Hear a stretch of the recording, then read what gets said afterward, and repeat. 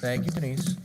Good evening, ladies and gentlemen. Welcome to our Committee of the Whole meeting. Today is Tuesday, January 16th, 2024. It's 5 o'clock, well, 5:30 actually, 5:30 p.m. We did not have our Committee of the Whole yesterday in observance of the holiday, Martin Luther King Day. So we have a presentation to start us off. This is on our capital improvement projects and the debt associated therewith. So for our presentation, we welcome our Finance Director, Jason Schatt, and our City Engineer, Brent Morlock. Gentlemen, thank you for being here. You have the floor. Thank you, Your Honor. As you know, on Council's agenda for tonight is a couple of public hearings regarding the debt issuance. We'll use that debt to finance projects in the upcoming construction season, including our regular CIP, some urban renewal projects out around the TBK Sports Complex, and some stormwater projects. So I'm going to provide a quick overview of the debt issuance, and Brent and I will tag team, probably mostly Brent, if I'm being honest. We'll walk you through the... You just have to pay for it. He knows how to do it.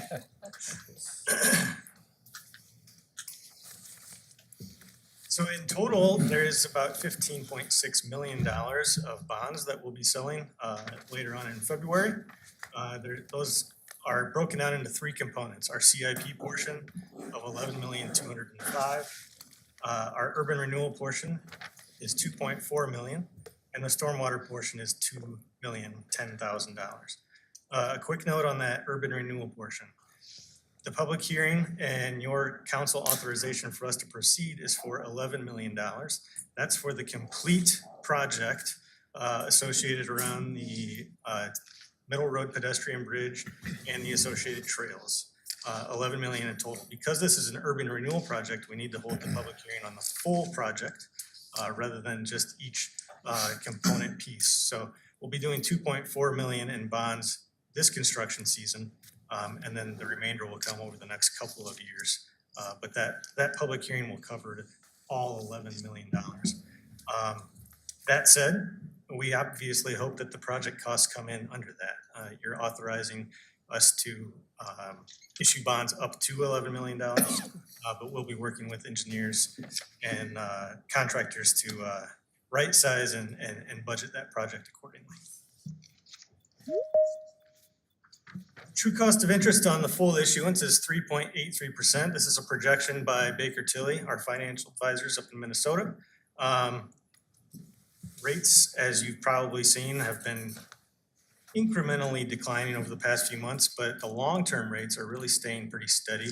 This is a little bit lower than what we had previously talked about. I think we were up over 4% just a few months ago, but 3.83 is where we expect this to land. And typically at bond sale, our sales come in very competitively and even under these projections oftentimes. Brent will talk about the projects in detail, but this is just a quick view of what each component unit of the 15 million will cover. These are some of the major projects. In the regular CIP, that $11.7 million of GO debt, we've got some really good stuff coming along. Middle Road Engineering, Criswell, 18th, Central Avenue Engineering, Devil's Glen Widening. A lot of the projects that you've identified as priorities for your CIP are funded with this bond issuance. Again, the 2.5 million urban renewal will fund that Middle Road pedestrian bridge and associated trails. And then the 2.1 million in stormwater will cover a couple of years of projects in the stormwater fund as we continue to do work there. Key events around the debt issuance. Obviously, we'll hold our public hearings tonight. On February 2nd, we have a rating conference scheduled with S&P. And we'll tell our story again to S&P and hope for a good outcome on the bond rating. On February 6th, Council will act to approve the direction for advertisement and sale, the notice of sale, and the preliminary official statement around the bonds. And then on February 20th, we'll have the competitive sale in the morning, and Council will award the issuance of those bonds at that evening's Council meeting. March 5th is more Council action, authorizing the issuance of the bonds with the awarded buyer. And then finally on March 28th, we would expect to receive those proceeds and quickly put them to work on capital improvement projects throughout the city this coming construction season. So it's a pretty quick schedule, and there's a lot of council action. So we'll talk about it a few more times as we proceed. How this affects our outstanding debt and debt margin. We ended last year, fiscal year 23 at June 30th, with about 150 million in total debt. By the end of the current year, we'll be at 152 million. 51.87% of that allowable debt, outstanding debt margin that is set by the state. You'll recall that we can issue up to 5% of our full valuation, and we're only using just shy of 52% of that limitation. And you can see as we go forward, we would expect that debt margin will fall to where we're using 40% or less by the end of the 5 years, 6 years shown here. That, of course, assumes that the plan as it stands today, the CIP as it sits in your hands today, stays the same. Oftentimes, new projects that we didn't foresee come online and change these numbers as we progress through the years. And that is all I have on the debt issuance, but I'd love to take your questions on the debt piece before we move into CIP, if there are any. Questions for Jason at this point? Yes, Greg. Your Honor, I was going to talk just a little bit about the structuring of the debt, and I wonder if you want me to talk now or just prior to the public hearing, or how do you want to handle that? If you have got questions, we'll do that now, and then we can do it at the public hearing if you have something you'd like to say during our discussion.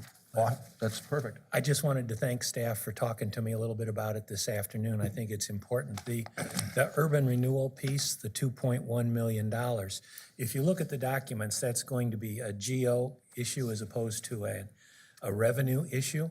And so it tags into our debt service levy. In the event something happens to the valuation of the property, the city is still going to be required to pay the debt. In talking to staff believes that to be a very remote thing, and I'm not too concerned about it, but I did want to highlight it. One of the interesting aspects about using the GO debt was that it assists in funding, and perhaps Jason could talk about that for just a second. Yeah, go ahead, Jason. Yeah. Question about how that funding mechanism works. I appreciate the question. It gives us an opportunity to talk through this. So we are using urban renewal debt in the GO form, as Alderman Jagger stated, to fund that pedestrian bridge at Middle Road. The reason that we use urban renewal debt is so we can use TIF increment as part of the repayment plan of the debt. As you'll recall, the development agreement out at for the east side development calls for the city to take 25% of the TIF increment for our own purposes. There's not a whole lot that we can do with that other than service debt for projects within the TIF district. So that allows us to pay for a good portion of the bridge through the TIF increment alone. I would also note that the portion that's not paid for through the TIF increment, and if it should fall on the debt service levy, there is enough new value from the project within this TIF district to provide adequate funding through the debt service levy, the 485, to make up that difference. So we can say that the project itself is funding, the value created by the project itself is funding the debt service for this urban renewal debt and the future issuances as well. But it will be a combination of the TIF increment and the debt service levy specific to the project, though. Other questions for Jason before we start looking at the capital improvement projects on the horizon? Okay. Brent. All right. Thank you, Your Honor. Tell us what we're going to do. We're going to walk through, I'll try to be pretty expedient here, but we'll walk through kind of all of our silos that we have that you'll see on the screen you're used to seeing, especially for Councilmember Jagger's education here. Should move pretty quick. We've gone through a lot of this. Please feel free to stop me if you need to at all. You'll see the items in red would be changes from last year. So those are either new projects, updated projects, change in cost estimates, anything like that. So again, if you see anything you have a question on, please stop me. Otherwise, we'll get moving. First category we have here is the I-74 bridge commitment. We do have one years worth of payments remaining. Question has been brought up. It's all being shown currently in the I-74 letdown structure. We do not have an $800,000 obligation left there. Jason, I think simply, instead of trying to keep track of $40,000 in lighting and $80,000, it's all coming from the same pot of funding for us. So we showed it under that single item. The majority of the repayment that's left is related to the elevator, and that's related to the engineering that was done. We've only paid a small portion of that. Obviously, there is no construction cost to us. And we did, I think this question's come up. I do have all the engineering plans. So everything that we have paid for, I have full copies, digital and hard copy of everything. So it is our property if we ever did decide to go back and revisit that project. Community and economic development, this is our flood buyout program. Probably not much in the way of question there.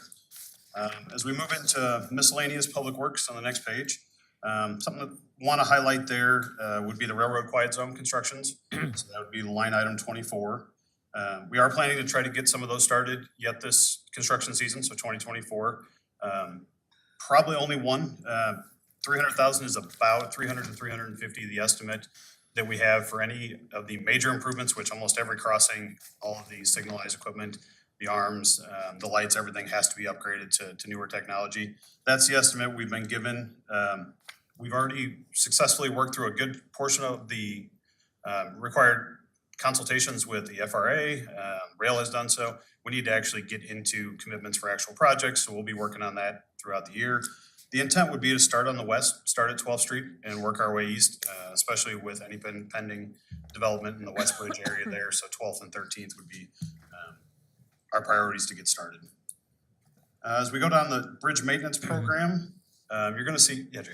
Question, have we actually received the cash for that railroad? Yes, we have. Okay, thank you. So line items 32 through 36, I want to point out, and then also I guess 28 and 29. We've got some bridges that are aging. We actually have been told by our bridge engineers that we have an exorbitant amount of bridges for a city our size. And I guess when you really look at it, the fact of where we're located and the confluence of all Crow Creek, Duck Creek, Spencer Creek, you name them, we have a lot of bridges. And we've got several bridges that are showing their age and going to need to be replaced. We were able to get a successful grant with the state of Iowa where we redid Indiana Avenue, if you remember, about 3 years ago. But we've got some big ones. Middle Road specifically over Duck Creek and 18th Street over Duck Creek are getting very close to reaching a sufficiency rating, I should say, according to the state, to where they would qualify automatically for funding. It's a great program through the state. It's called the City Bridge Program. The limitations, however, are 1.5 million in construction funding, and both of those bridges are going to be significantly above that cap. So we do need to start planning for those. We do have 18th Street over Duck Creek is probably going to be the first one that actually hits the funding threshold. That one's a little less. It's about 2.5 million total with engineering and inspection. Middle Road over Duck Creek will probably hit it a year or two after that. Again, those are all currently shown as unfunded, just because we'll try to work on additional funding for the matches, but the problem is usually that we cannot match a state grant with federal funding, for example. So if I was able to obtain money through the STBG program, I'd lose the automatic 1.5 million. So we're gonna have to look at some bridge needs there. The one that really sticks out, strictly because of the traffic impacts and specifically to the casino, would be the George Teenham Bridge. So that deck, I believe, is a little over 20 years old. It's only a 3-inch concrete deck, unfortunately. Definitely was built in more of a county rural style when it was built, and it's failing quickly. Jerry? Now, we have a special account for that, don't we? We do, and I believe there's $750,000 in there, but we're estimating about a $1.5 million project. And unfortunately, to be able to do that, we cannot do that in halves. You can't keep traffic open. So we will have to continue to limp along just like we did this year for as long as we can till we eventually get a second access across the railroad tracks, whether that comes in the form of 23rd, comes in the form of something through the West Bridge. But again, just a large project that will have a lot of impact that we need to be aware of. Greg? I know you were talking about the crossings earlier. 12th Street obviously is a decent area. 13th Street, Isn't that just a dirt hump with the railroad? So it's an asphalt crossing Yeah. right now. Would you is that gonna be, That all depends on what happens with the West Bridge project. So as we're working through that master plan with both the developers and our consulting engineers, there is the potential that that could become just a pedestrian crossing in the future. All depends on how that layout is. So in terms of quiet zones, we would potentially skip over that one immediately, depending on how far along we are with the concepting on the West Bridge, but something will remain there. It's not something that we want to give up. so is there a way to get traffic from the casino? That's the plan. So we're concepting basically an extension of Isle Parkway under I-74 that would tie into that West Bridge. That was my question. Thank you. And both 12th Street and 13th Street are public crossings Correct. today. And the 14th and a half Street crossing has gone away. Yep, that was committed to as part of the I-74 agreement. Brent, would the George Thurman Bridge qualify for that state bridge funding program as well? It would, and that may be a way that we could leverage the additional remaining funds. I don't know if the overall sufficiency rating will hit it. So right now it's the deck, and that's our biggest concern. The other bridges have substructure issues, superstructure issues, a lot more going on. But eventually, if we do hold on long enough and make the minimum repairs to stay open, we probably could hit that threshold. Got it. It is open for any municipal bridge. Got it, okay. Thank you. The bridge at 53rd and Devil's Glen just passed that.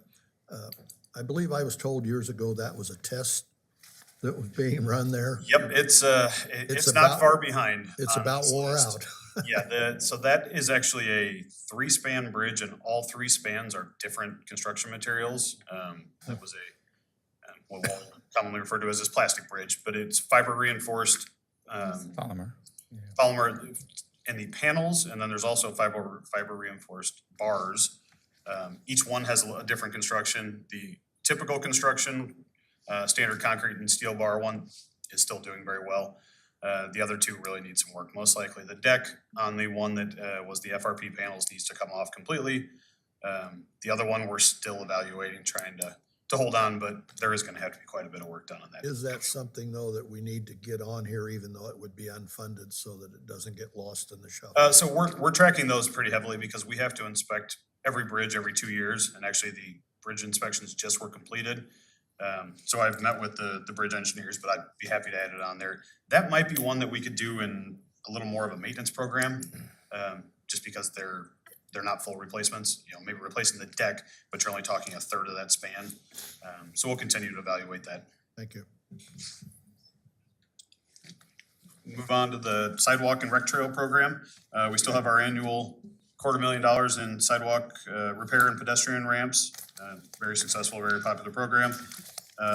We haven't done much in the way of standalone rec trail extensions for probably the last 3 or 4 years. They're becoming very costly.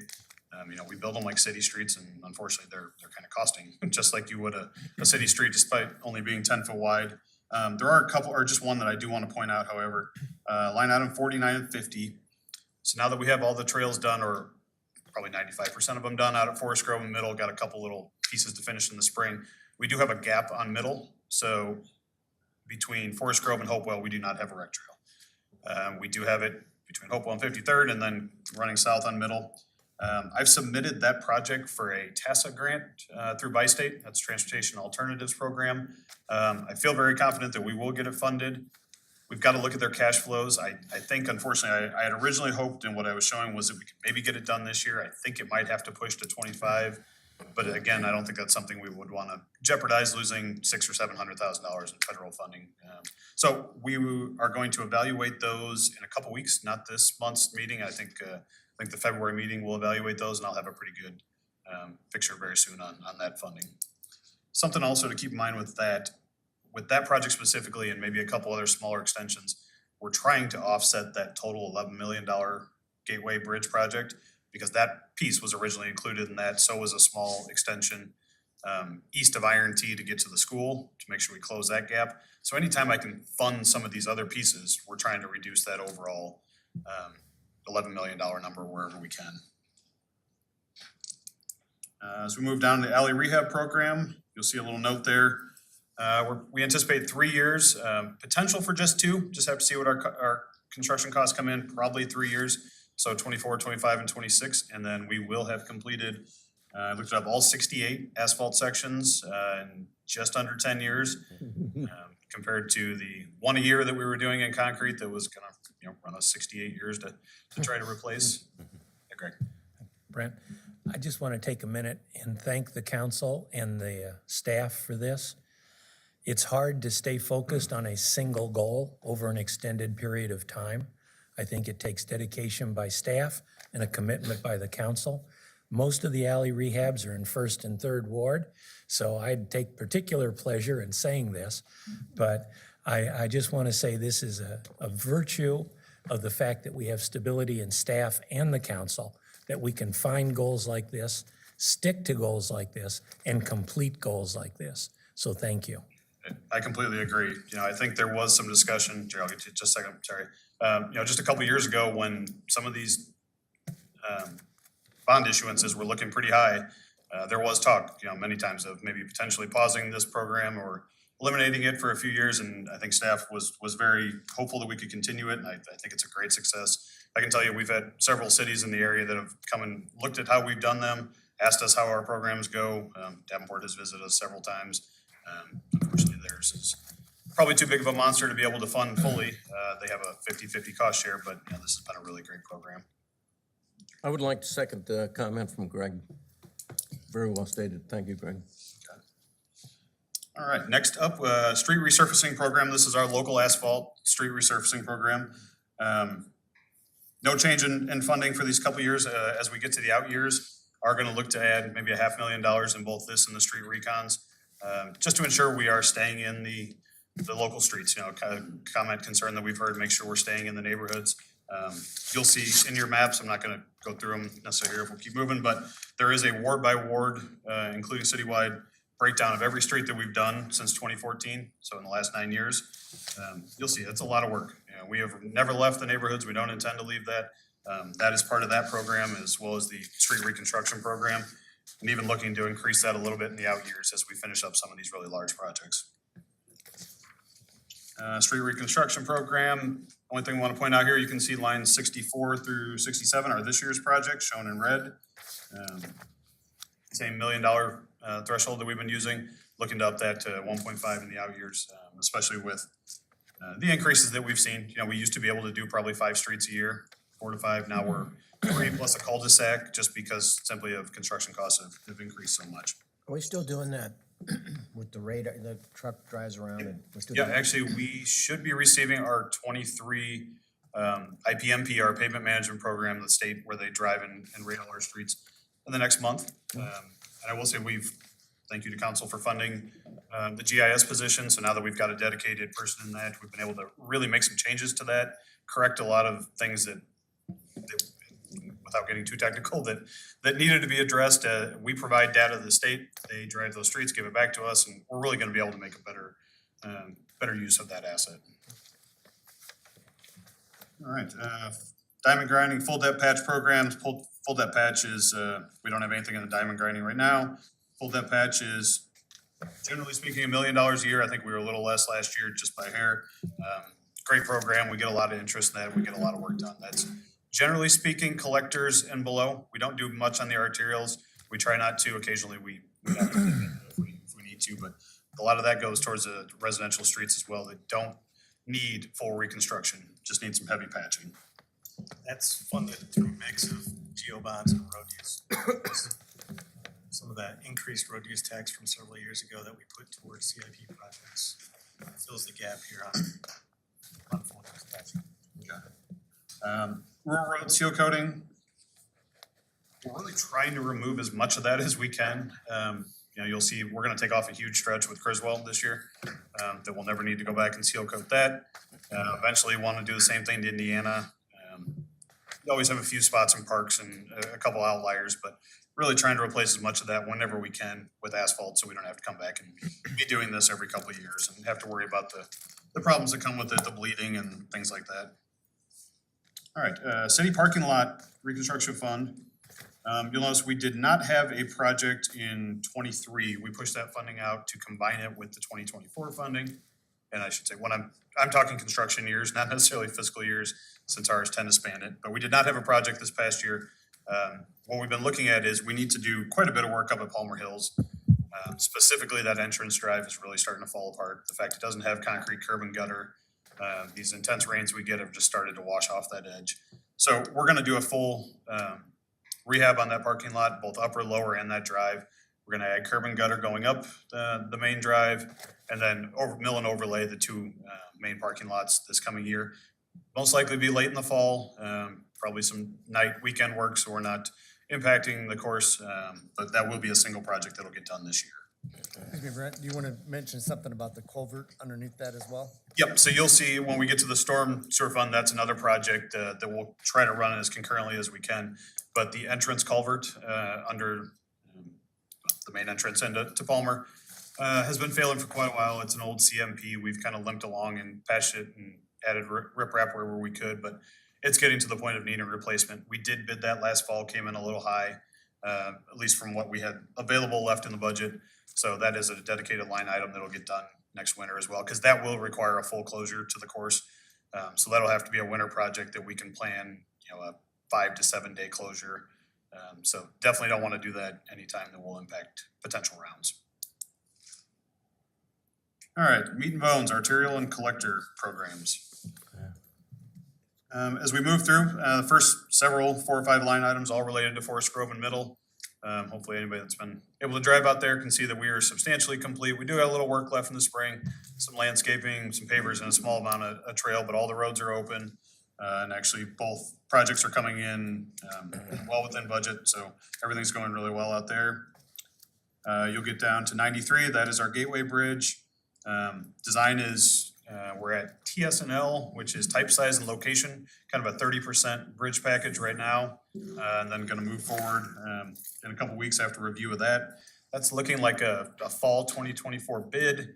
Maybe get a little work done in 24 at the end of the year, but basically all of 25 and maybe a little wrap up in the spring of 26, landscaping, maybe a few sections of trail. We did have a meeting with the TBK folks to review the trail alignments. So basically the landing points, how we connect into their property, and then also how we get those connections down to our city streets, because some of those connections have to occur through their property because of the location of this. So we're working through all that. They had some good comments. Met with Ryan Hentz and Kevin Kellner. Gonna get an exhibit reflected to then take to Mr. Kratz and his staff. Hopefully get that all approved and then bring it back and forth, bring it back in front of council for all you to see before we move forward with final design.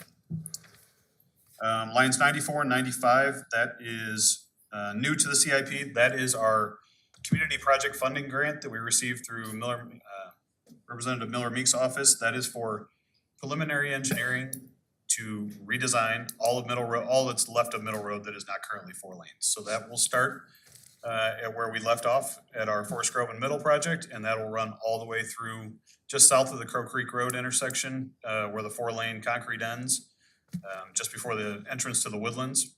So that'll include redesign of the entire length. So that is, we really won't need to do anything at Crow Creek. That intersection will stay basically the same, but needs a little bit of permanent pavement in there. That will include a redesign of the roundabout at 53rd and Middle. That will need to be a multi-lane roundabout, just like we have at Forest Grove and Middle. That'll include a roundabout at Hopewell. We've got the temporary signals there, and most likely a roundabout halfway between Hopewell and Forest Grove. We're gonna try to really provide some proper access management for that corridor that's left that we know is gonna be heavy commercial. We don't want driveways like we have on Devil's Glen, where we've got them every 60, 80 feet. We want to be able to, and actually you'll see we've got kind of the first potential project coming for rezoning tonight. Really gonna help lay that out going forward. We expect that area, I think as we've talked many times, to be our next growth area, to continue to move south. Great project. We've got a $1.6 million grant for that, and should be going out for an RFP probably, I don't want to say by the end of the month, early next month. Yes, sir. On Middle Road, in some areas it's 4 lane, and we're using the right lane for a turn, a right turn. When you make that 4-lane, does that include then a right turn? It really depends on if the volume is warranted. Okay. A lot of them don't, and actually, Greg, I think you'll see a lot of that at Devil's Glen. Sure. I think those through and right turn lanes were essentially developer responsibilities is the way I am guessing happened, not having been here. They don't usually warrant a dedicated right turn lane. So you evaluate it Really as you need, go? yep, each one we'll take a look at. You'd really need a lot of traffic to warrant that. Thank you. You were talking a few minutes ago, Brent, about the rec trail and the need to complete a section of rec trail along Middle Road. And now we're talking about design for a wider Middle Road. Is it possible to combine the engineering for those two? Sure, absolutely. Actually, it's already being done. So the engineering You're for way ahead that of rec me. trail, I expect it's probably gonna be that firm that gets the ultimate project, but even if it doesn't, we did already run a cross-section through there, so we know exactly where to put this. So that way we won't have any impacts other than a potential driveway here or there. Just seemed like there might be some efficiencies having the same firm do both. All right. And Your Honor, I just would point out that we did get the earmark from Representative Miller Meeks for the engineering. We would expect, once that done, we would ask her to consider adding then a second companion earmark for the beginning of the construction. That'll probably be a drop in the bucket, but I think the maximum amount, if I recall, was about 2.8 million.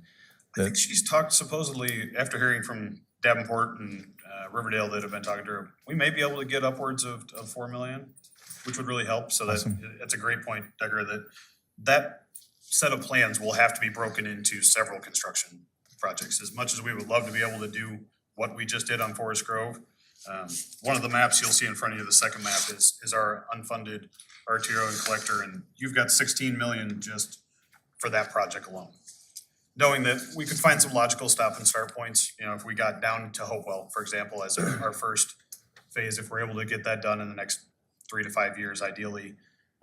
What we don't want to do, and we'll see that as we get a little further down here, is we don't want to be too reactive if we don't have to be. We know this was really tough this past year and a half on those businesses, and ideally, we're not having to do that again, but we have to balance those needs versus what we have available for funding. And that would allow us to concentrate for SDP dollars elsewhere, unless we think we need them on Middle Road. But I'm not sure you can combine them to get SDP dollars and get an earmark. I'm pretty sure you can't. Yeah. So, but we'll look at that as an opportunity, and we had talked about that with her staff from the beginning, that we would want to get the engineering, then turn around and get construction monies if possible, so. And I think it could time out pretty well, figuring that engineering is gonna take a year and a half. We could let some of the other cities try for their projects, and then we come back around. Well, and I know that this year the Davenport for the wastewater plant, which we're obviously heavily invested in, has got one of these earmarks pending, and Correct. we've been contacted by her staff as to whether or not we would endorse that. And certainly we would, because it's in our best interest that everything at the plant that can be upgraded be upgraded. So, and we would probably ask of Davenport then to support our project on Middle Road. So I think there's an opportunity there for us once we get the engineering done. Agreed. When we widen Middle Road, are the current 2 lanes, are they up to city standard? And is there anything we'd have to do with those? Yeah, they have to go completely. Okay, Yep, it'll be just like the Forest Grove Middle project, it's complete all up. reconstruction. thank you. Line 97 is a 2024 project, so that's our Criswell Street full depth reclamation. Much needed project, that's the entire length of Criswell, that's Forest Grove to Valley. We'll grind up the existing material just like we did on Forest Grove 4 or 5 years ago. Add a stabilizing agent, reprofile, and we'll overlay it with asphalt, and that'll buy us a lot of time. If you drive what's left of that project on Forest Grove, it's in great shape. There's not a crack on it. It's a really fantastic use of dollars. Obviously we don't get a lot more width. We don't get trails or any of the urban section, but for a little over $1 million to be able to improve that road, especially with all the traffic it's taking now, it's gonna be a great project. Brent, now Criswell is half county, half city. Correct, yep, Will they participate in doing that? yes. Okay. It may be a year before they fully reimburse us. They've got a couple projects going smaller dollar amounts, and basically we'll net out between the two cities once we're done with our projects. Wanted to point out lines 98, 99, Maple Crest reconstruction. That's been in the CIP for quite a while. We will vote tomorrow at the tech committee level for by state. There was 3 projects submitted on the Iowa side. Davenport has a very large West 53rd project that was scored highest. Not surprising given the shape it's in. We were the second highest scoring project. What I'm anticipating is, and we've talked to Davenport a little bit, and then there was a third project that was jointly submitted by Scott County and Eldridge. We do not have enough funding to fund all 3. We do have enough if Davenport takes a little less, and we may have to take just a hair less because we are than them in terms of percentages, because we are scored as the second lowest. But that would still allow our project to move forward, and that could be somewhere in the range of $2 to $2.4, $2.3 million. So still a very good federal aid award, and would stick right with our schedule and, you know, free up a couple $1 million in the out years. So we'll know tomorrow on that. Keep moving forward. Line 108, 18th Street reconstruction. We've talked about that. That's finishing from St. Andrews Circle down to 53rd. That's 2024 project. New to was line 114 Central Avenue resurfacing. That's the engineering to go with the federal aid award that will happen in 2025 construction. We need to get the consultant on board. We've sent that out. And then you'll see several items on Devil's Glen. A lot of priority that's going to be given to Devil's Glen and 53rd over the next 2 to 3 years. So we will break the widening of Devil's Glen into 2 pieces. So we'll do the first piece starting on the north down, not quite to Valley Winds entrance, not to Crow Lake. That'll happen this year. It's about a $500,000 project. We'll do that in conjunction with the Highland Ridge development there. So we will probably actually build their infrastructure. They reimburse us for it. That way it's all done concurrently. We make sure all the elevations meet, everything works. We'll get that constructed. And then the following year in 25, we will finish the rest of Devil's Glen widening. The widening is pretty simple, actually. All the storm sewer is already there. We just got to build the top of the boxes, basically scrape off the rock shoulder that's there and stabilize and go and build that. It's just a lot of paving, which is why the dollar amounts are what they are.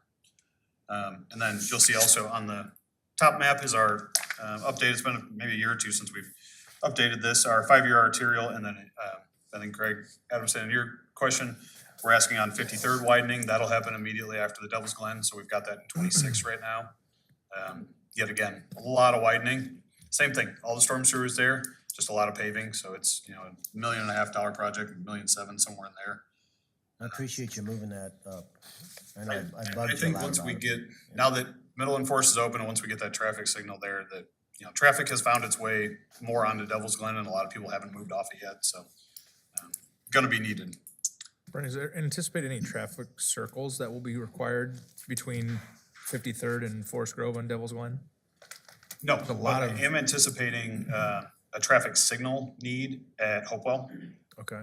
So once we build the traffic signal at Forest Grove this coming year, we've already started ordering materials, designs done. The gapping that's gonna be needed to make sure people can get out. So the whole reason we put that stop sign in partly was due to the detour, but partly the police had really relayed to us, it was getting pretty tough to make a left turn out of there. So that has really helped, but once we go to 4 lanes wide, you really don't wanna do a stop intersection that big. When you got multiple lanes, people arriving at different times, you're really asking yourself for trouble.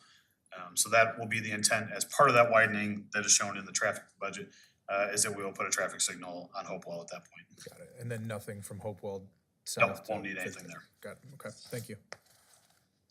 And then just a couple other ones to point out, line 121, shown in year 5, but that is Park Lane and Meadow Lane Circle. Not technically an arterial and collector, but a very large project, and they're basically tied together because they're immediately adjacent to each other. Had a lot of complaints about those streets, and rightfully so. They're in really bad shape. There's just a lot of street there. That's about, you can see, just shy of $800,000-900,000 for each of them. So they are being shown together. Whether we could do them together, we would hope so. But a lot of driveways, a lot of traffic impacts. You're gonna get your best price if we can bid those together. So I do have those identified as a standalone project. And then the last 124 through 129 are all the unfunded major arterial projects that we've talked about. The exhibit shows those. It's a total of $43 million of projects identified there, mostly in the northeast part of town. From my perspective, we need to find a way to fund those. Probably in a 10 to 15 year timeframe at the worst, if we're going to continue at this pace of development. And obviously we don't know if that's going to happen, but items like Indiana and Middle Road north of there, we want to leverage once the DOT comes through, we want to finish as much as we can. And we're all but certain that, the first project that comes north of 80 is going to be that northeast corner, almost certainly. And you're not going to want this beautiful interchange and concrete roads that then immediately turn into seal coat, just like we've been dealing with out of Forest Grove. Criswell, depending on the east annexation, and if that happens, that full depth reclamation will hold us off for a while, but eventually you're gonna need probably a 3-lane section through there, urban cross section, things like that. So we wanna at least identify these and have them at the forefront of our thoughts as we go into planning to figure out how we can address those, whether it's pay for them as part of the projects, which always makes things difficult to try to be doing things concurrently. We'll keep reaching out for as many grants as we can. I think we've told you all that we have applied and we've talked, and we just don't seem to qualify for much, unfortunately. Generally speaking, our median household income is way above thresholds. Lack of census tracts, those kinds of things. The diversity and equity requirements in most of the federal aid grants right now are kicking us out. But we'll continue to look for ways, whether through the state or federal. But there's a lot of work still be left to done. We've done a ton, I think, when you look at one of the maps that has all the streets, especially showing the arterial collectors, Middle, Hopewell, Forest Grove. Now, a lot of work been done, but still a lot to go. Jump to traffic, pretty much status quo here. We've talked about the Forest Grove and Devil's Glen traffic signal. Only one item I do want to make a point of, line 149, you can see we've started to put some money into a fiber optic replacements. I think we had quite a few questions because that's a big dollar amount. 2 to 5 million probably total estimated. I think we had questions before of, fiber doesn't go bad per se, it's glass. Today was a perfect example of what we're running into. We had 3 very large portions of our fiber network go down. Casey and Taylor have been out in the cold trying to track those down.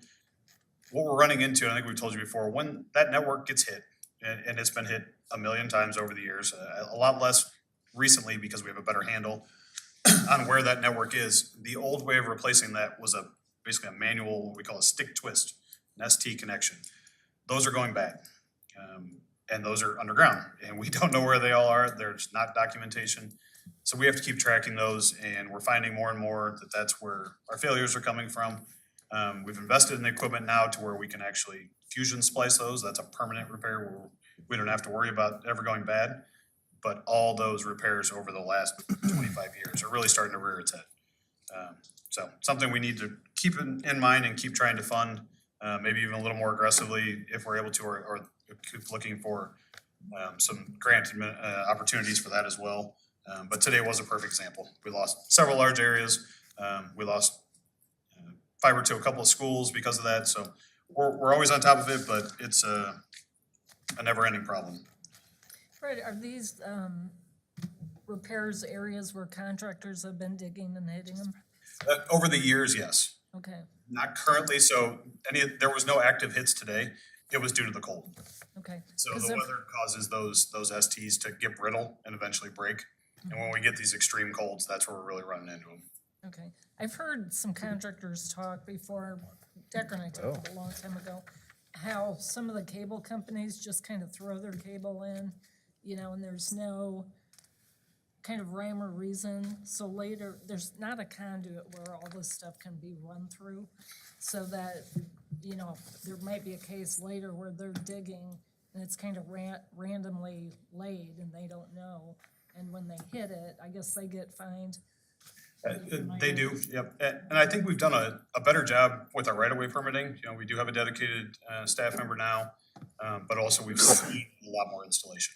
Okay, And part of what you're always gonna run into is when they directionally bore things, You never know, you know, you can try to track it using their equipment. They give us plans and we file those, but ultimately you're doing it where nobody can see. So you're always gonna run into the potential. All right, we move into Parks and Rec. Just a couple items to hit, line 156, 157, that is the prefab Lincoln Park restroom that was approved a couple meetings ago. That will not be in till this fall. They've, all the contractors have pretty long lead times for those, but we do plan to look at parks and potentially buy a portable unit, probably a 2-stall.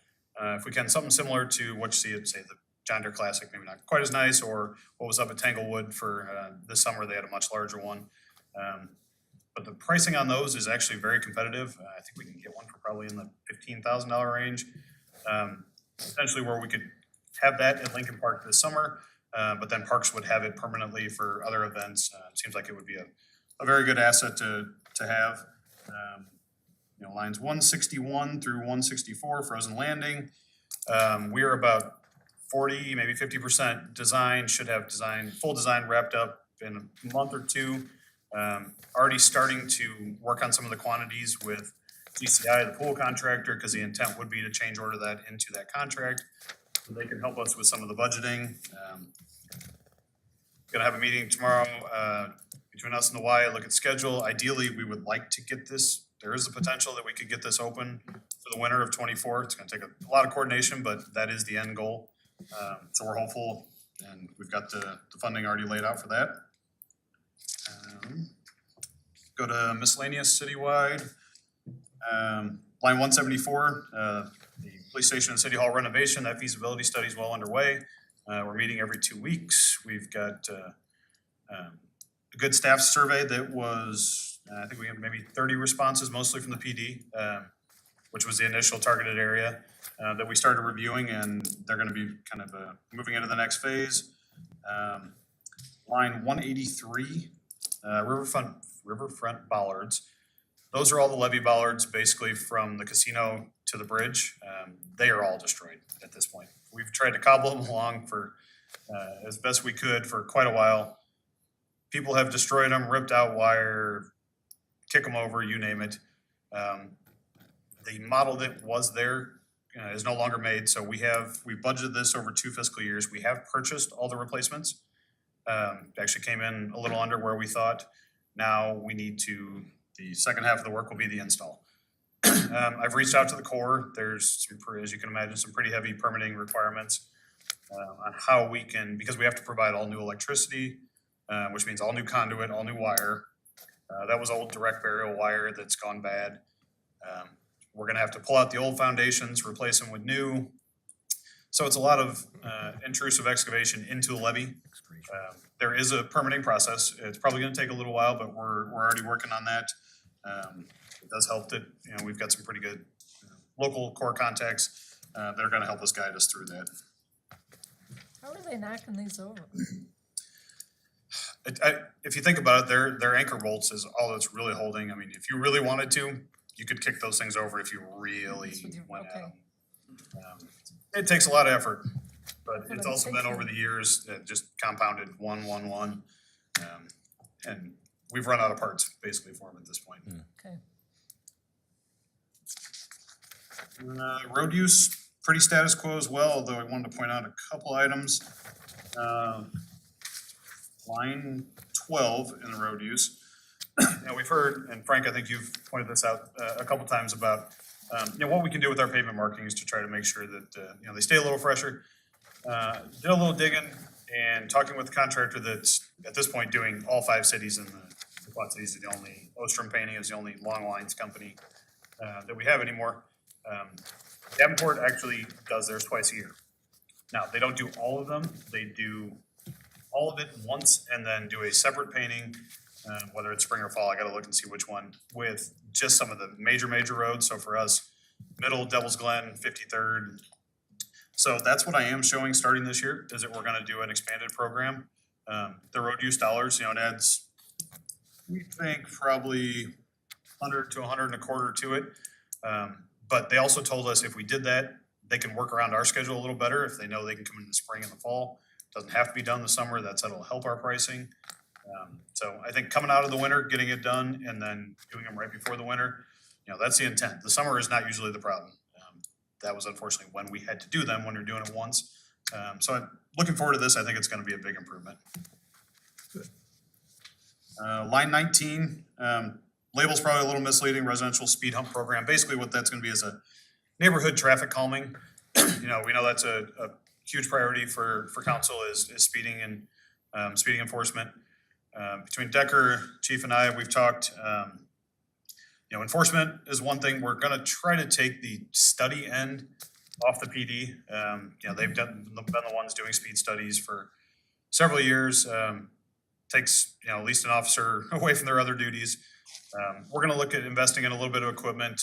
There's some very high-tech cameras now that really for the cost of probably what we paid for some of those speed trailers, you can get a portable camera setup that previously it's what we've used from consultants to do intersection studies, to do counts.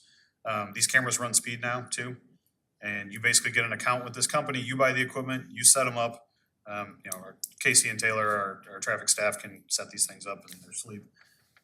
And then you pay a per hour fee for the company to process the video, and they give it all your splits, all your counts. They do the study. It's a very cost-effective way of doing it. We're gonna look at buying some of that equipment initially at the first year, and then have an engineering try to manage these neighborhood complaints and keep that off the PD. If we do find that we do have excessive speeding or other things, we'll turn it over on the enforcement end. But the study end will come from engineering.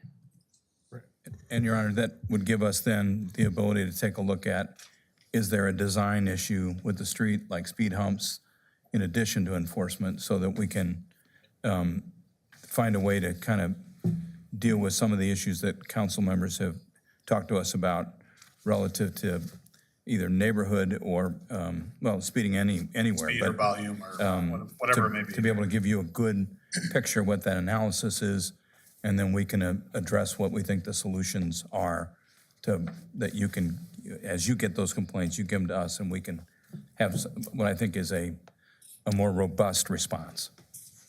Approximately how many speed humps does the funding allot for? So the group that we did on Barcelona, Heatherstone area, I believe they were about $5,500 a piece. Probably looking a little more now. I think I estimated maybe $7,500 a piece. Basically, we take a full concrete panel, we mill out a little bit of the material, kind of key in the asphalt, and we've got a pretty good design that has worked really well for emergency services, winter maintenance. So you could get probably 4 to 5 of them done a year if we need be. I should add on top of that, what the plan would be is we've got a draft traffic calming policy. Actually got it from Davenport, who kind of worked hand in hand. Gary Statz and Brian Shadd went back and forth with me after we installed our first set of speed humps, and they actually did a little bit of the legwork for us and put together some rating criteria for streets.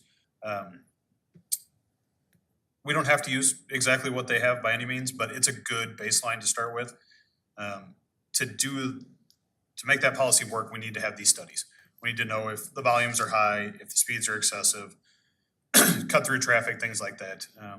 So that policy, once I refine it a little bit, probably early spring, we'll bring that in front of council for discussion. And then when you take that with the investment in the equipment and the engineering taking over, I think we'll come up with a good process on how to address these, other than simply having to have the PD go out and set up a trailer or station an officer there. Moving on. You got it.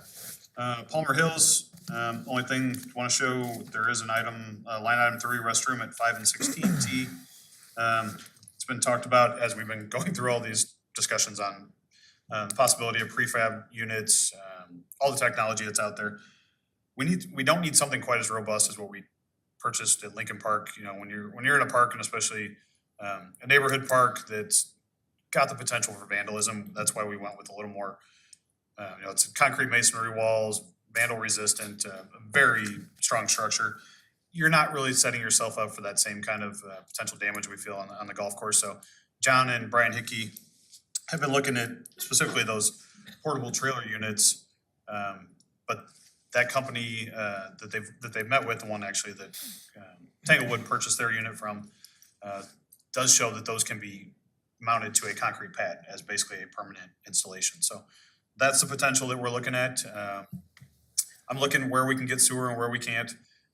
There are some opportunities where we might be able to. We've actually been doing some cross mapping and have all of Brian's irrigation lines now shown on our GIS, so we can get an idea of, if we did try to run sewer to some of these, how much damage are we gonna do? Where do we have to cross? So quite a bit going on, I think, at the golf course, a lot of it in the planning, but are trying to make some improvements to those waterless restrooms that we have there. If we go down splash landing, project's still going well. We're still under the PO amount. Obviously shut down right now. Probably will be for quite a while. They were hoping to get as much done through the winter as they could. With the warm up, we'll see. Ultimately, it depends on, with this much moisture, unfortunately, I'm a little concerned that even when we get the warm up, that we then have such saturated soils that we can't do much in the way of paving. But we are meeting every 2 weeks still, going through all their shop drawing submittals. You can see we've made a lot of progress. You got 2 buildings that are completely out of the ground. The other 2 buildings, the steel should be here 3 or 4 weeks, and then those start going up. The pool itself all the concrete work is actually done. The main pool might be hard to see since we sit so much higher above middle, but that is entirely poured out now. You got a lot of the foundations that are right at the corner that will support the slide tower. Most of those are constructed. The slide tower itself has been ordered, should be here, I think, in about 3 weeks, a month, somewhere in there.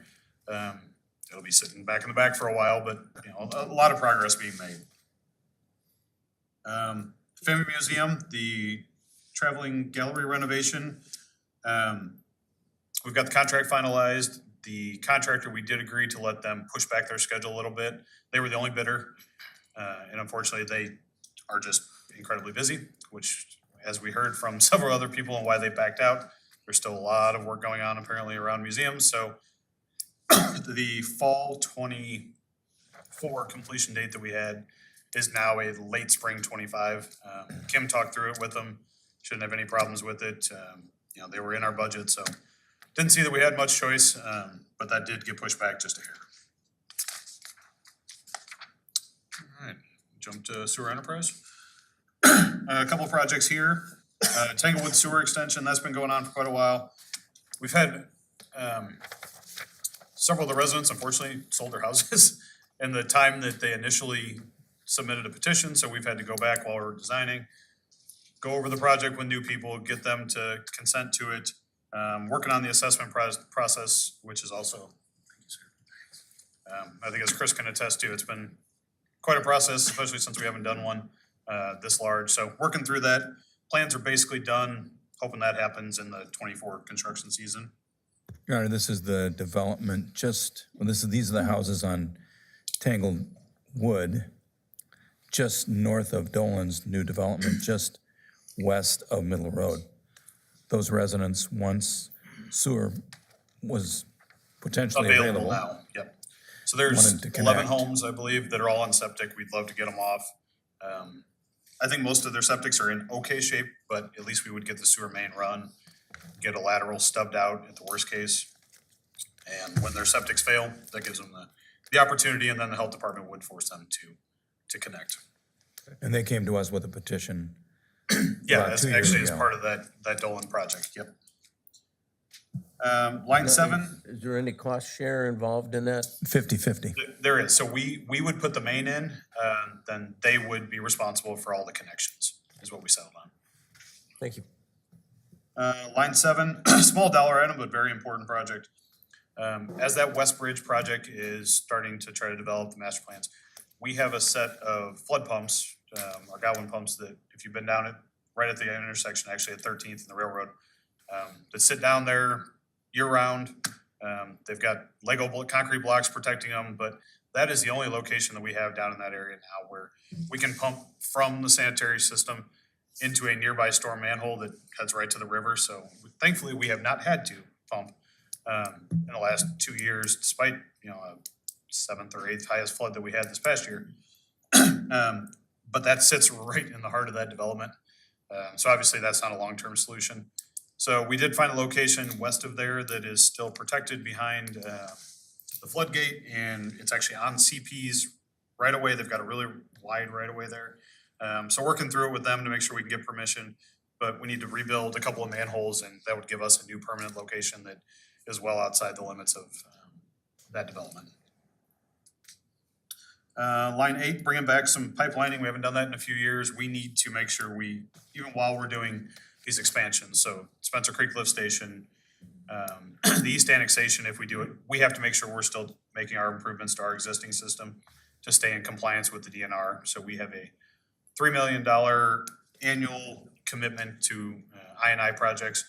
Now that's between all 4 joint use cities, but we have not done anything in a couple of years, so we need to make sure we get back into that. Spencer Creek design's going well. We're looking at hopefully a May, June letting. That all depends on how quickly the state can turn around their environmental review. We got ahead of it and got a lot of it done before the snow flew.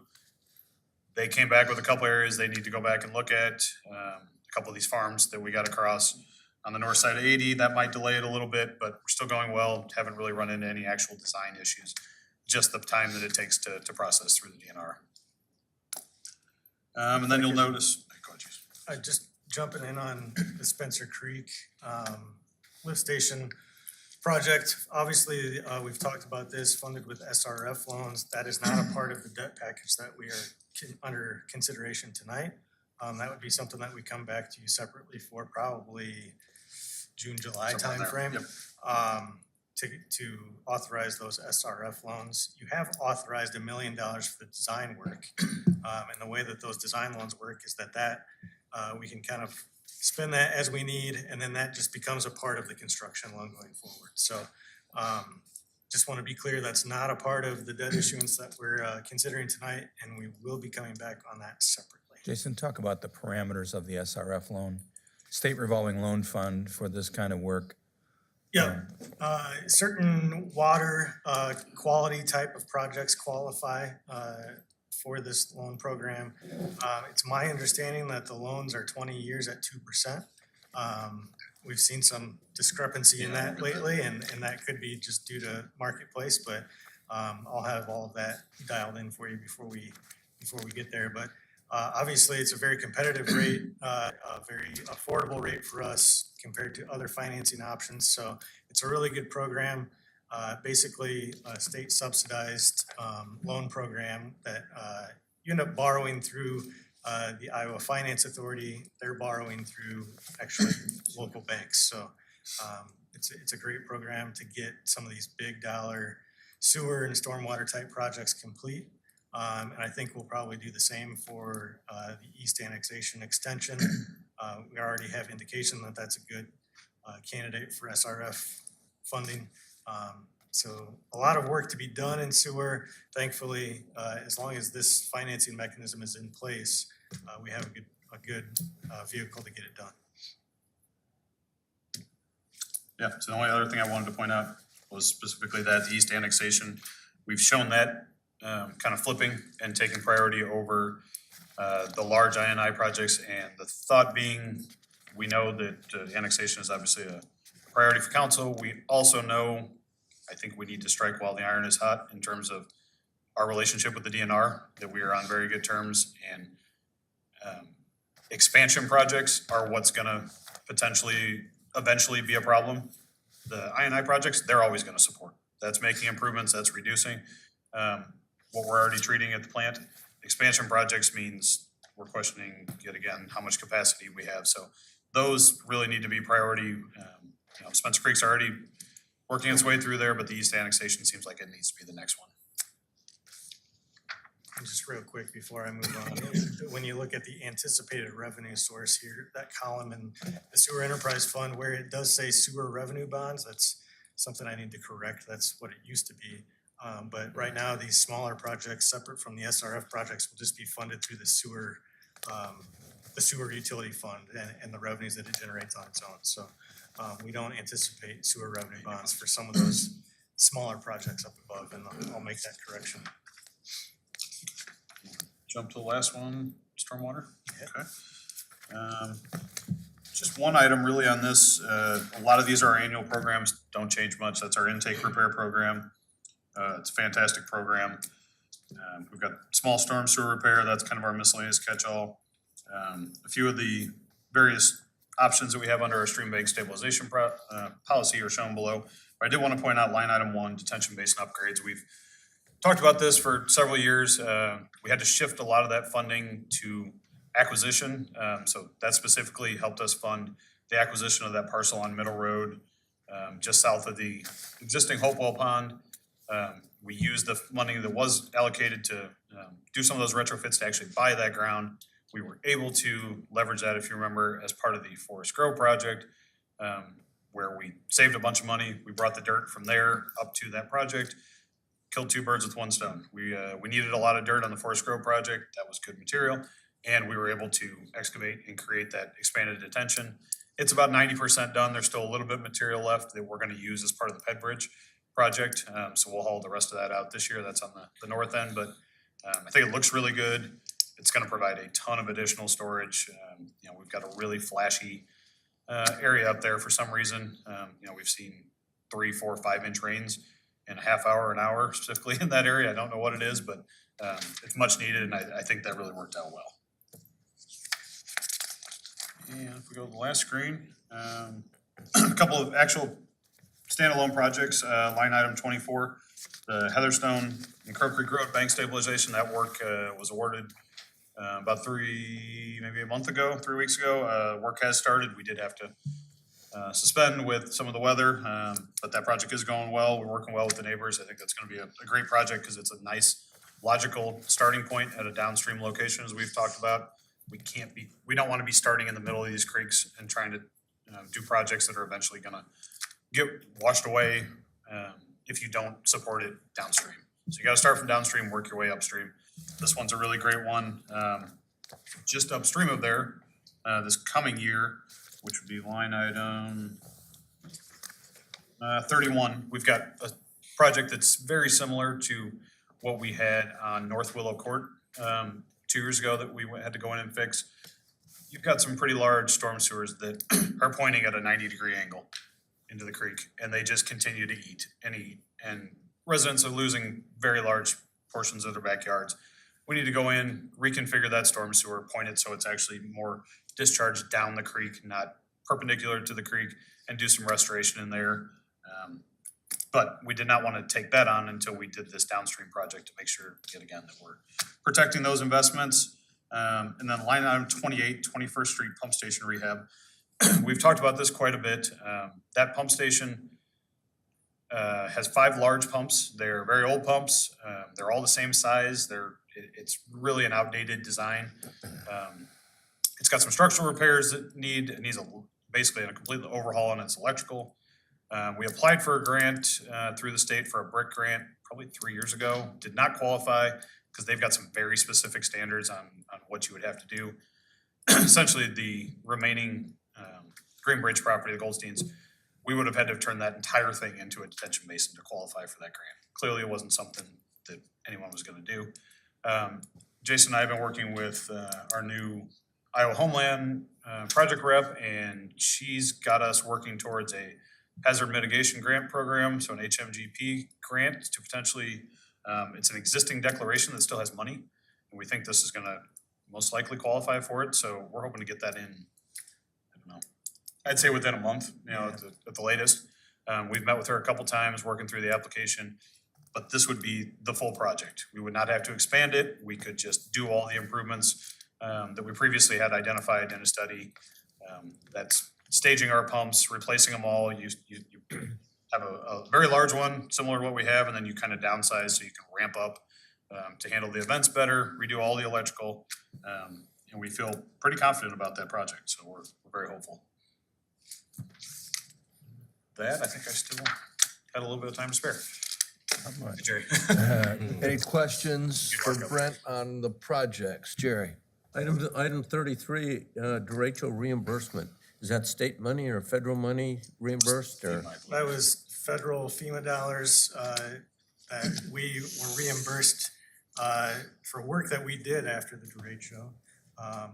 But we decided to put that to use in the stormwater fund to take care of a lot of tree removal, especially around creeks and waterways that they were kind of clogging up. So, yeah, it's good use of that reimbursement. Thank you. Other questions? All right, thank you both very much. We appreciate it. We'll move on to our operational items and welcome our Community Development Director, Mark Hunt, to make his way to the center of the room. Your Honor, while Mark's working his way up, we wanted to make sure that you got these documents in anticipation of the budget workshop, so that once we get to the February 10th date, if you have any questions about any of the projects between now and then, you have the opportunity to get ahold of Brian, Brent, Jason, any one of us, to be able to work you through any questions you have. And we would anticipate that after the workshop then on the 10th, that we'd be pretty locked in. Thank you. Mark, we're going to start with your operational items to appear at 10 and 11. Yeah, just 1 second. Sir, I just need to open up the.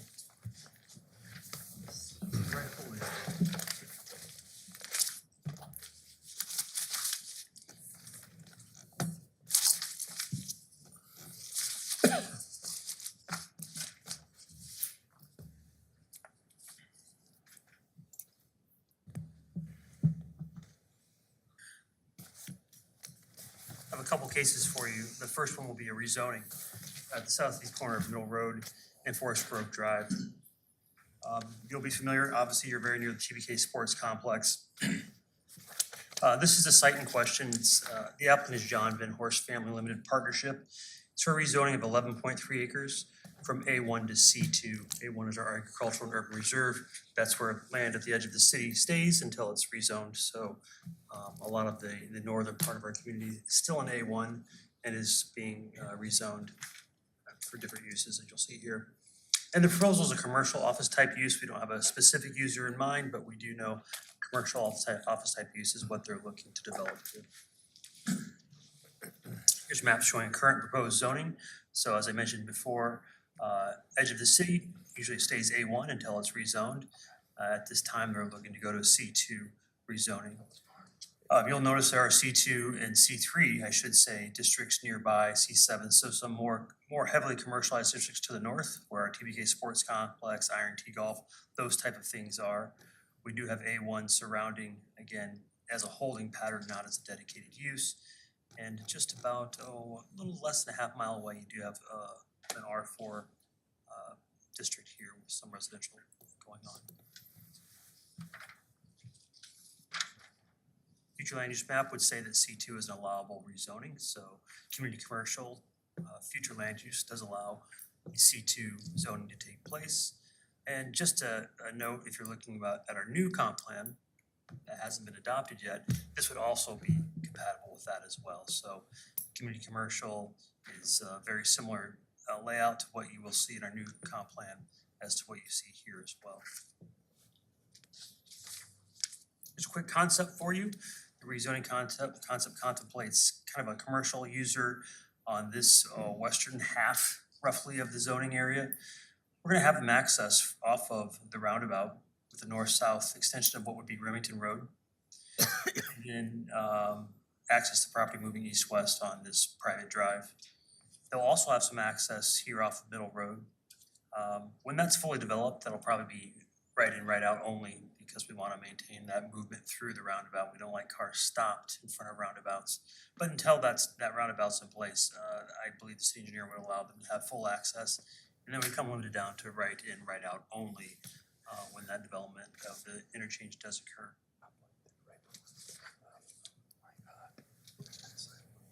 We have positive staff recommendation. We also had a positive vote at the Planning and Zoning Commission on December 12th, 2023. I'd be happy to answer any questions. Any questions for Mark? Greg? I thought we weren't doing any more right-in, right-outs. So, Because of all the problems we've been having with, Mark, can I explain that one? Great, so this is related to that Middle Road traffic, or the engineering that we're gonna do. So what this will allow is, initially, they'll have full access. This is actually the exact same situation that we ended up with when we approved the Quick Star at the southeast corner of Middle and 53rd at that roundabout. Right now, because the traffic is not nearly as high as it's going to be at full build out. We'll allow full access.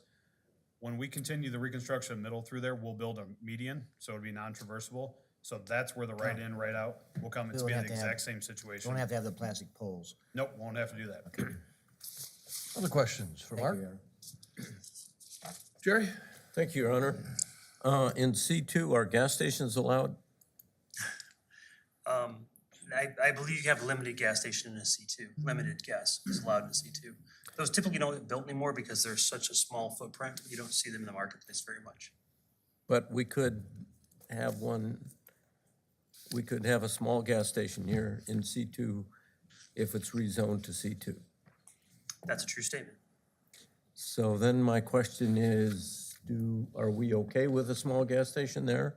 Or if not, should we do this rezoning as a conditional rezoning and not allow C2, or not allow gas stations? You could do. Similar yeah, to you could do that. that property that we did farther west on 53rd, or on Forest Grove. Yeah, you could make it a conditional rezoning. I think that's the power the council has.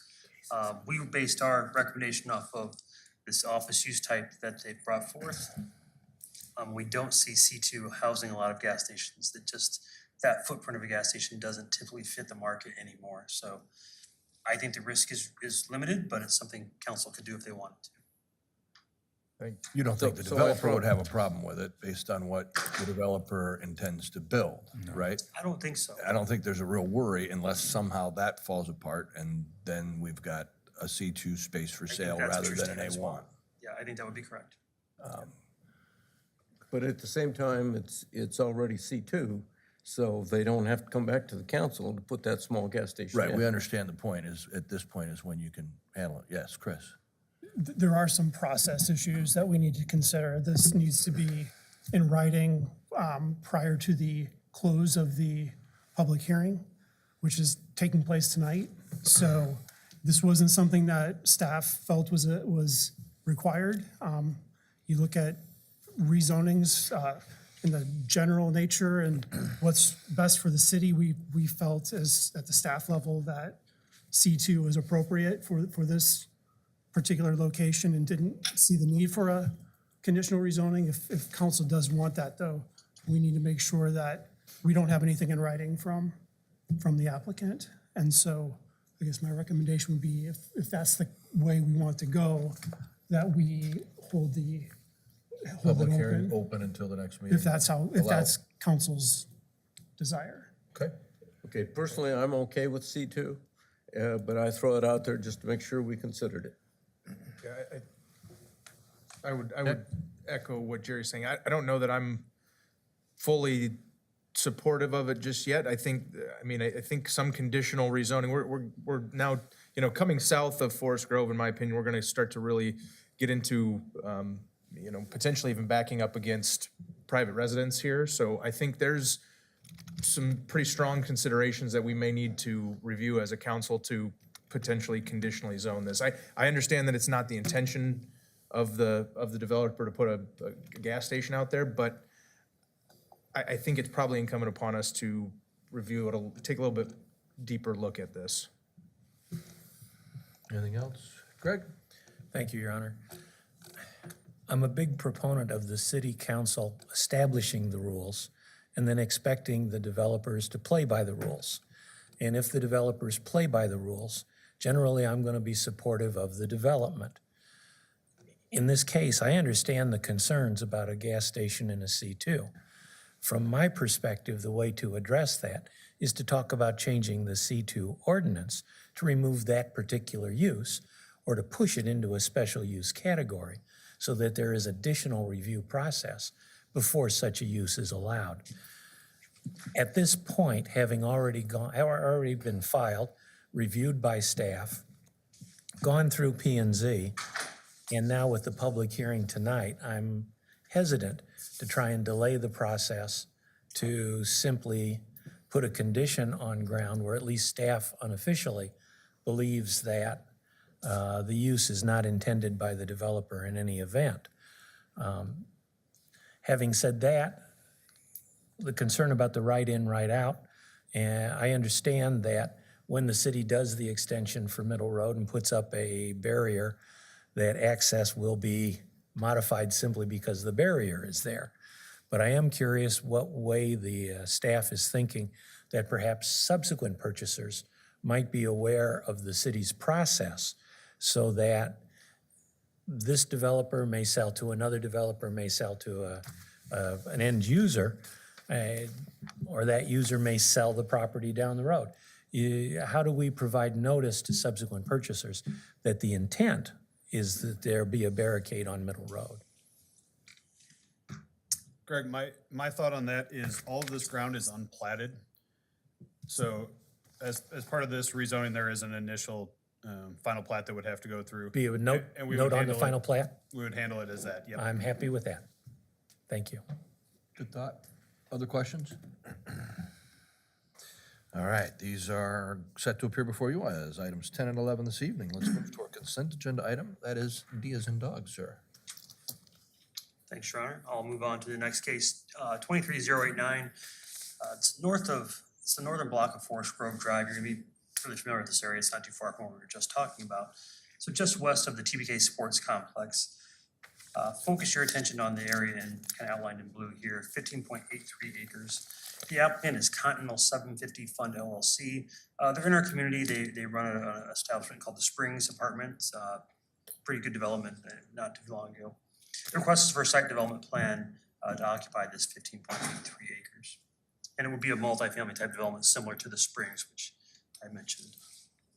Future land use and zoning is, it's in the good here. We have urban high intensity. That urban high intensity allowed the R5 and C3 zoning, which you approved recently. Again, we're gonna talk about this R5 piece specifically.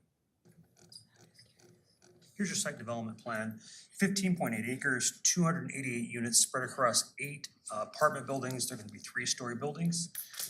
We'll have some access. I have a better drawing that will show you the access, but International Drive is gonna be your point of access for this development, with a couple of curb cuts coming off International Drive, roughly in these 2 locations. It will include some covered parking garages. Those are smaller buildings you see here. We're gonna have 5-foot sidewalks on both sides of International Drive, detention bonds to the north and to the south, adding some buffering to the property as well. And then we also have a pet area built into the complex, a garbage containment area here. And then I think I did mention the 2 outlots as well. One of the things we have a concern about when we have large lots developing kind of overland or farther back into a larger subdivision is just how we access them and build out our right of way. And we've got a good plan here. It's also documented in a memorandum of understanding that's part of your packet. And so International Drive will provide good access in and out of the project until such time that we need that drive to be shut off because we're putting top coat on it. So during construction, they'll be able to use that drive for a certain point, but then we'll need to reserve it to finish off the construction. When that happens, they'll have secondary access provided here. Now, this will be temporary. This will not be right away, but this will be secondary access for construction and EMS should we need it during the construction of the project. And then once International Drive is completed and the top coat is surfaces available to drive on, they'll be able to use that for access as well. Again, this document is part of an MOU that really spells out the construction phasing and construction access for the city so that we make sure our infrastructure is in place and that we can get there, do our inspections, provide emergency services should we need to. Just a landscaping document here. I always like these because they seem to show the entrances of things better. So you can see well landscaped. We're happy with this project at the Springs. We think this is going to be very similar. The tree factors are met in the parking area. They're also doing 26 tree factors on the edge of the properties and a lot of additional shrubs and brush that doesn't necessarily count towards tree factors but does add to the overall look of the property. And they'll be careful not to plant in our easements. 500 some parking spaces. I think 504 provided, 504 required. That includes some inside parking in the garages and the 11 ADA spaces that are required as well. Here's your elevations and kind of a look taken from the developer's website that shows you what this property might look like after it's built. Again, these are 3-story apartments. And we'll have kind of more modern amenities, maybe even a higher level than what we're used to at the Springs. And different units, but the total parking count, no matter how you get to it, with these unit types is about 500 spaces, and those have all been provided. We have a positive staff recommendation and was unanimously supported by the Planning and Zoning Commission as well. I'd be happy to answer any questions you might have. Questions for Mark? Greg? Thank you, Your Honor. In the first instance, Mark, I want to thank staff for their extra work in this. I see the memorandum of understanding. I know that this is a situation where the developer is yet to really purchase the ground, and you're still working with the developer not to describe the phased construction as well as provide secondary access. I think that's a lot of work on the part of staff, and I'm grateful for it. I did have 1 point and 2 quick questions, if I could. The first is, with 500 parking stalls, even if only 1% of the parking stalls are allocated to electrical vehicles, that's 5 electrical stations that might be needed. I saw a comment at the Planning and Zoning Commission about that, and staff's response was, we're looking at perhaps adding that as a regulation in the zoning and/or building codes. Generally, my inclination is not to force developers to do things unless it's a safety thing, but I do think with TBK being right next to it, I don't want to have a large concentration of vehicles using up limited EV charging stations when we're trying to promote that area as a big tourist regional destination. So I know there's nothing at this point that's on our books, nothing to be done. I just wanted to say I supported P&Z saying staff really ought to look at this in the future.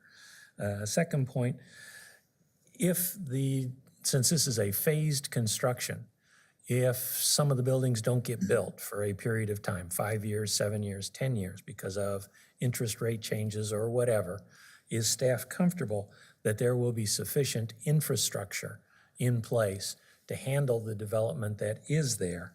And then third question, and this is more to the developer or the developer's rep, if such a person is here tonight, there is a call for a clubhouse in the memorandum of understanding.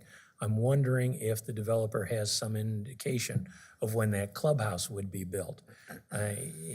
Decker probably remembers historically at least one multi-unit apartment complex where a clubhouse was actually built as the very last amenity in the facility. And personally, I would be sorry to see that the apartment amenities gets pushed to the end. Since this is the same group of people who did the Springs, I don't think that's going to be a problem, but I would like to, if a developer's rep is here, I'd like to have them address that point. Thank you, Your Honor. Just go ahead and answer questions as best you can. Yeah, sure. We've Just got 2 minutes before we start our next meeting, so maybe we can me do go as that fast as I can. it's on consent. Yeah. If we can, Really appreciate the comments about EVs. That's something staff is tracking as well. And we do have some draft language we're working on in that regard, so I'll leave that point alone. But certainly agree with the sentiment. Regarding infrastructure, I think the best thing we can do as staff is the MOU. The developer has been very forthcoming and agreed to all of our requests in that document. In fact, we made a few changes and they, within the hour, agreed to those changes. So we think we're gonna get the infrastructure in place that we need. There are bondings and things that are in place as well that help achieve that. And then we can always withhold building permits if we don't think it's gonna be done. I don't foresee a position where we have a half-built subdivision. It's bad for the city, but I think we have the right levers in place to prevent that. I'll let the developer answer for themselves, but I have talked to them multiple times about staging. And one of the things that they do in their process is they use the clubhouse as the rental office temporarily. And so they have communicated to us that clubhouse is probably gonna be built pretty early because it will be the rental office for a few days or months or whatever until the building is built out or the complex is built out. But I'm sure a developer could answer more clearly if the mayor wanted. would you like to address? I was gonna say. Perfect. Why don't you head back to the microphone there? You know what you're doing, name and who you're with, and then you can certainly comment on it. Hi, I'm Michelle Johnson. I'm See, with Michelle. Continental Properties. I'm the development associate working on this project. And that is correct. The clubhouse is the first building we plan to complete. It turns with our first building 1 In it, we have leasing offices where then residents will go once at any time. So our clubhouse is always comes first in our development phasing process. It also has the amenities for the pool as well as the fitness center. So that goes with the first building. Thank you, Michelle. Appreciate it. Any other questions? Jerry, then Two Frank? quick ones, please. Is this within a TIF district, and are all the streets private streets? It is not within a TIF district. This would be right away. So the main north-south road, this is right away. This is public right away here. The interior drives are interior drives, not the responsibility of the city. So once you get past the International Drive and turn onto the property, that's private. That's what I thought, but thank you very much. Yes, sir. Frank? Yes, question for the fire department. Does this meet your needs for being able to get vehicles in and out of there? Yeah, thank you, Mr. Bean. We've had several conversations with developer, our staff and legal, and that's part of that MOU. They can go up to the 5th building before they need that second entrance per code. So that is also written in there. So fire suppression, everything's designed, and that'll go in when the buildings go in. So we're in good Thank shape. you. Other questions? Yes. I know you Greg A. I know, gotta be quick. What's do you think is gonna be to the east of that property, where it says C3? Is that gonna be, you think, in business? Yeah, so they've kind of pitched a couple different concepts, but commercial. Yeah. Maybe some mixed in family, multifamily, but it's kind of being master planned right now. They've come up with 2 to 3 different concepts. I think it would be complementary to the multifamily that's going in. So my concern again, and I say this all the time, you can't go north. Can't get out of there north. Everything's gotta go down to Forest Grove. Is that the road that was shown in red, is that sufficient for once that whole thing gets built out? Is there any concern? So on the final plat, I think you would see kind of, if you recall, there is some additional potential right-of-way shown in this C3 portion. Really not up for consideration today, but we do have designs on having right-of-way into that C3 portion that would be above and beyond just that north-south international road extension that you saw. Thank you, Your Honor. Any other questions? I'd like to entertain a motion that this be approved and remain on the agenda for the meeting that we are going to start. Second. All those in favor? Aye. Any opposed? Please take a look at the remaining consent agenda items. Is there any item any particular council member would like to ask a question about or discuss at this time? All right, then I'd like to entertain a motion to approve the consent agenda. So moved. Second. All those in favor? Aye. Any opposed? All right. I'd like to entertain a motion to adjourn, please.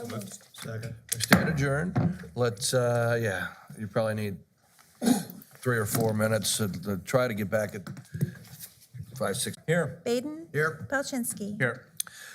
Thank you all for being here. Now, if you could all rise, please remove any caps or headdresses you may have and join us in the Pledge of Allegiance, which will be followed by an invocation given by Bettendorf Fire and Police Chaplain and pastor of Our Lady of Lourdes Catholic Church, Father Jason Crossan.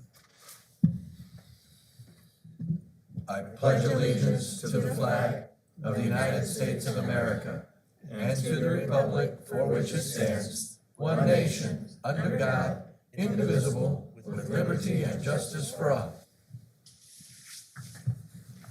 Father.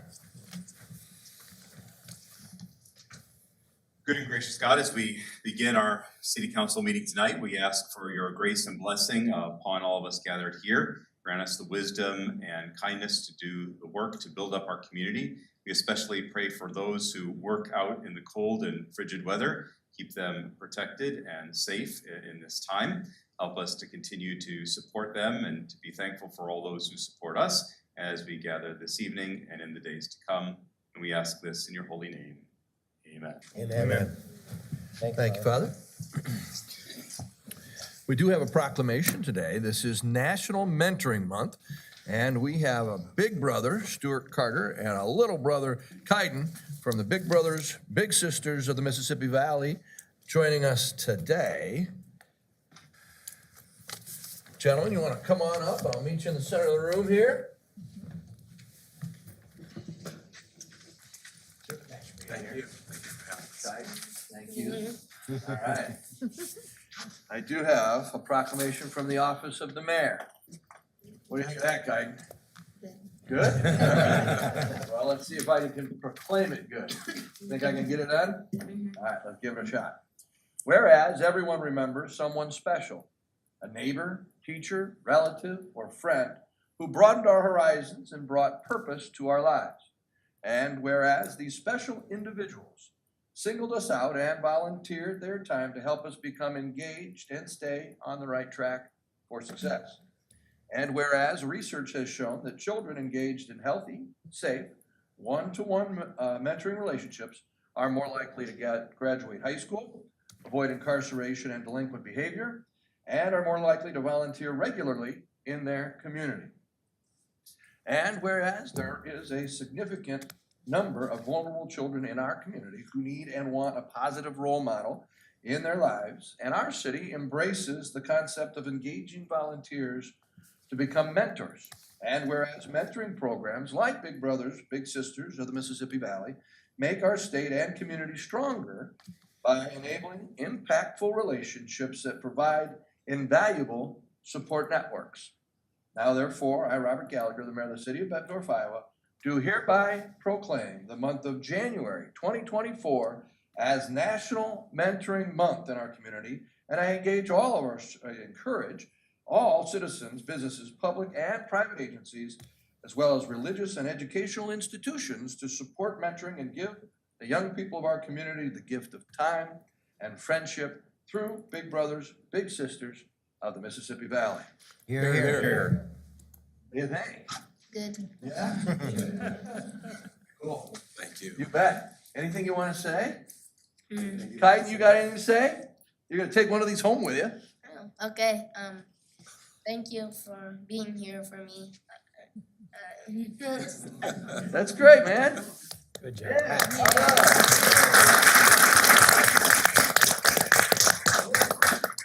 Just real quick, thank you on behalf of Big Brothers, Big Sisters. I've been involved with Big Brothers now for about 5 years. I've been on their advisory board, executive advisory board, and about 9 months ago, got the opportunity to partner with Kaiden. He's been a great blessing to me, and hopefully I've been a good blessing to him. So thank you for this proclamation and for the recognition. Absolutely, and thanks for all you do in the community and your service on Big Brothers, Big Sisters. Oh, thank you. Yes, great organization. Here you go, bud. Thank We're gonna get a picture. You want him in the middle or? Wherever you want. You wanna go in the middle? Come on in the middle. Yeah, this is about you. There you go. One, two, you put it down just a little bit. There we go. 1, 2, 3, great job. Awesome. Very nice to meet you guys.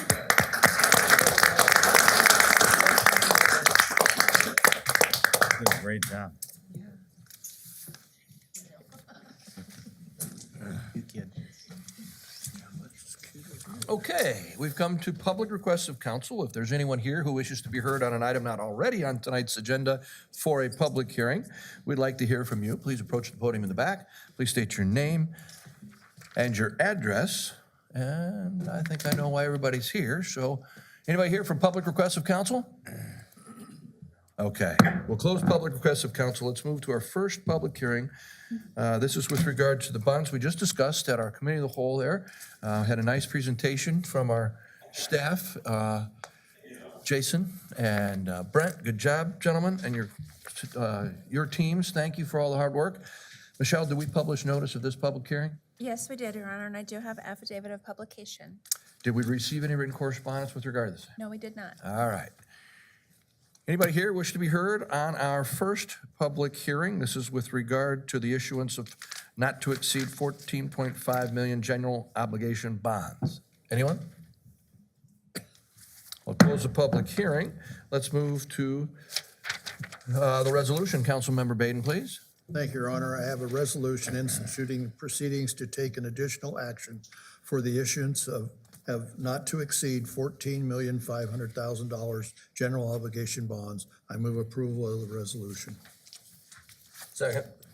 Any discussion on this item from council?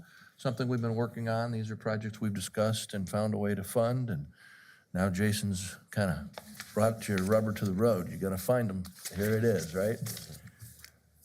All right, no discussion. Michelle, would you please call the roll? Adamson, Aye. Brown. Aye. Jaeger. Aye. Nauman. Aye. Sexer. Aye. Baden. Aye. Palczynski. Aye. We have another public hearing. This is with regard to the issuance of not to exceed 11 million general obligation urban renewal bonds that we just discussed at our committee of the whole meeting this evening. Michelle, did we publish notice of this public hearing? Yes, we did, Your Honor, and I do have affidavit of publication. Did we receive any written correspondence with regard to the same? No, we did not. All right. Anybody here wish to be heard on our general obligation urban renewal bonds? Please step forward and approach the podium in the back. All right, let's close that public hearing. Councilmember Palczynski, please. Thank you, Your Honor. I have a resolution instituting proceedings to take additional action for the issuance of not to exceed $11 million general obligation urban renewal bonds. I move approval of the resolution. Second. We have a motion and a second. Is there any discussion on this item? All right, seeing none, Michelle, would you please call the roll? Adamson. Aye. Brown. Aye. Jaeger. Aye. Nauman. Aye. Sexer. Aye. Baden. Aye. Palczynski. Aye. All right, both bonds issuances have unanimously passed. We move to a public hearing with regard to the amendment of the zoning map for property located at the southeast corner of Middle Road and Forest Grove Drive, also discussed at the Committee of the Whole.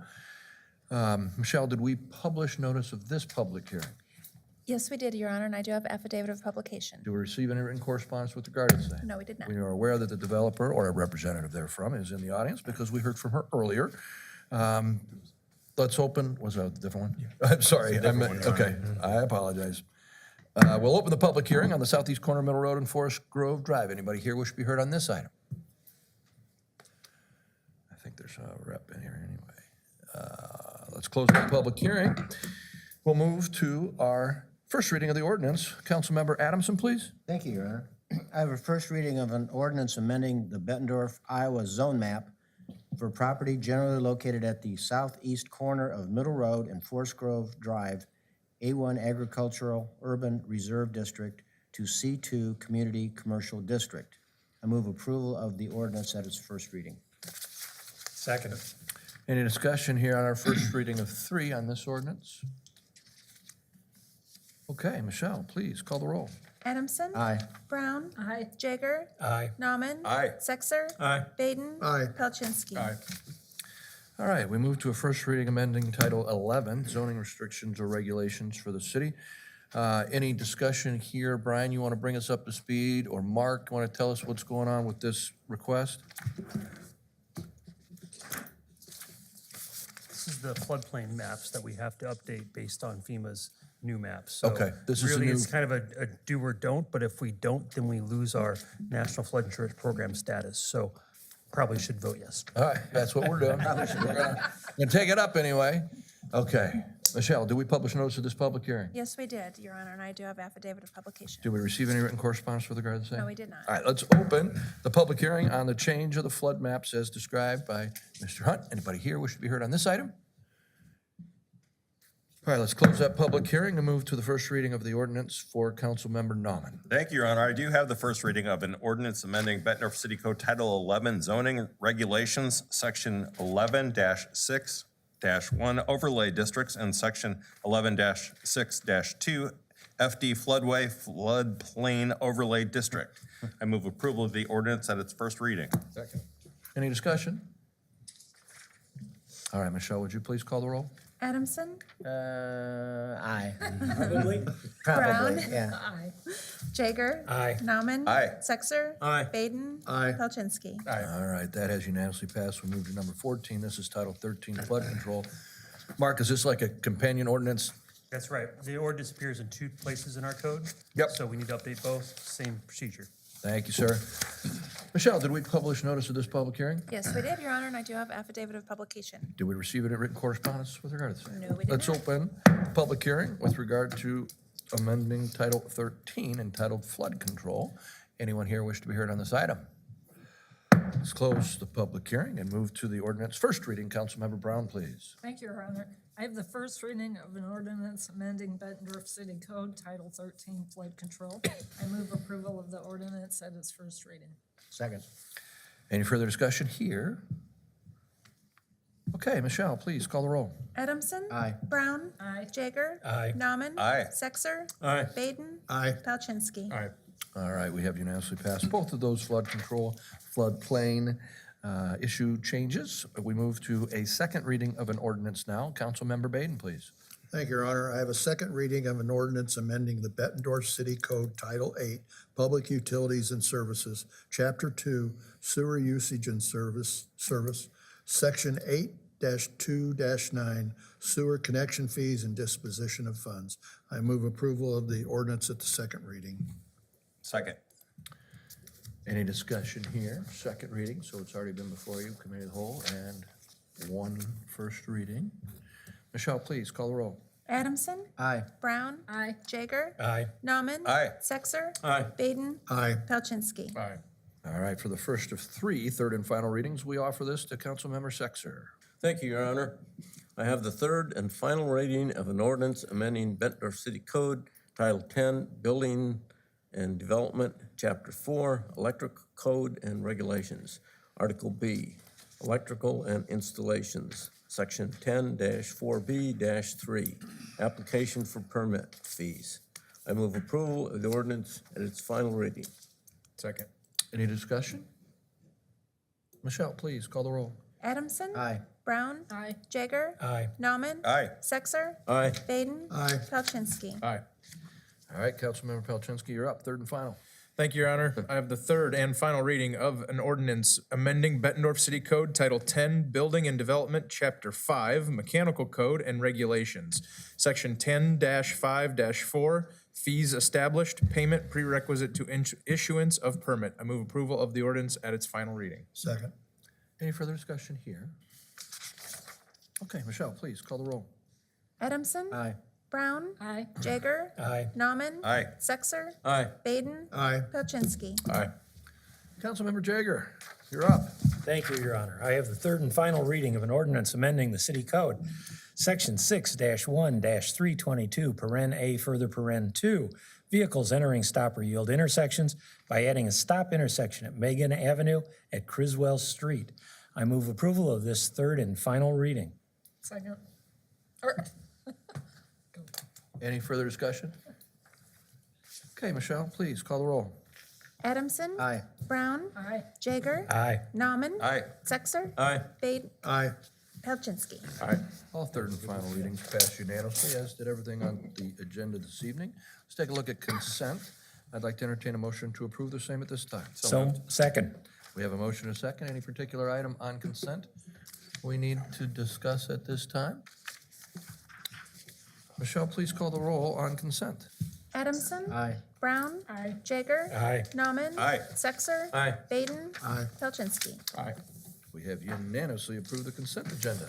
I'd like to entertain a motion to adjourn. So moved. Second. We stand adjourned. Good work. Thank you very much. Good work, people.